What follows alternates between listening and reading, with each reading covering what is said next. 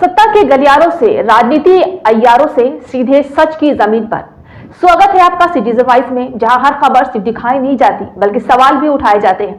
मैं हूं शब और आज हम आपके लिए लेकर आए हैं वो खबरें जो अक्सर पर्दे के पीछे छुपा दी जाती हैं, लेकिन सिटीजन वॉइस में उन्हें सामने लाया जाता है।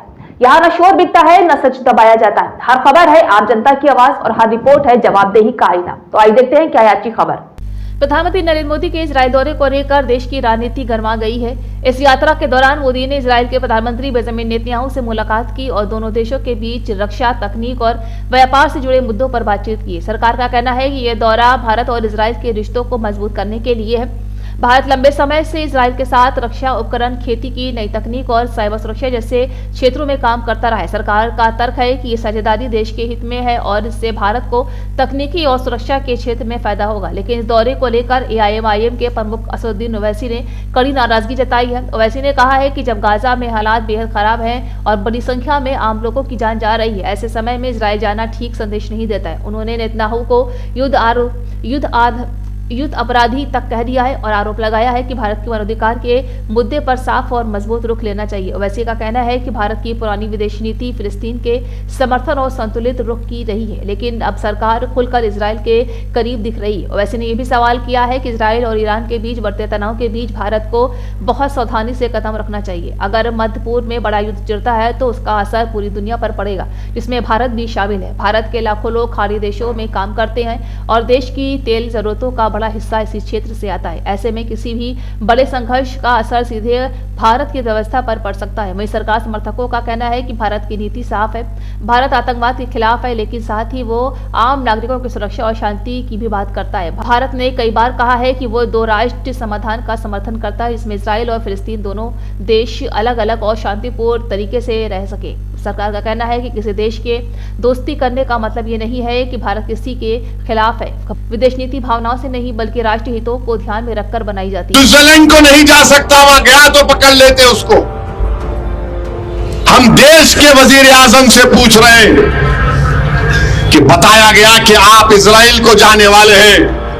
मोदी जी, आप बेंजामिन नेतन्याहू को बोलकर सिर्फ गाजा में 15 मिनट के लिए जाइए। 15 मिनट के लिए गाजा में जाकर देख लो आप कि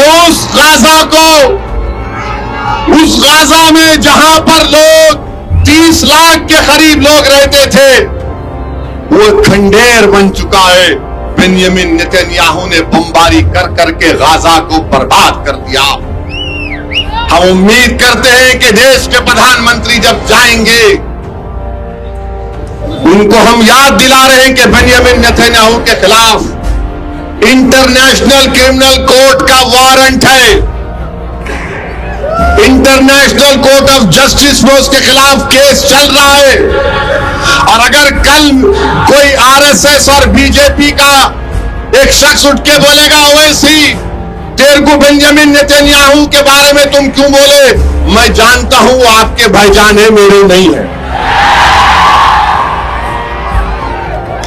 और इंटरनेशनल कोर्ट ही था। सुनो RSS BJP वालों, इसी इंटरनेशनल कोर्ट को हम गए थे। क्यों गया था भारत? क्योंकि हमारा एक बहादुर भारत का नागरिक जिसका नाम कुलभूषण जाधव है, पाकिस्तान की जेल में सड़ रहा है। बीजेपी वालों, तुम भूल गए, मगर ओवैसी नहीं भूला है कुलभूषण को। कुलभूषण हमको याद है और उसी कुलभूषण को पाकिस्तान की वो जोकर अदालत ने फांसी की सजा दी थी। तो भारत गया था इंटरनेशनल क्रिमिनल कोर्ट को, जाकर उसकी सजा का स्टे दिलाया था। वही कोर्ट बेंजामिन नेतन्याहू के खिलाफ वारंट जारी किया।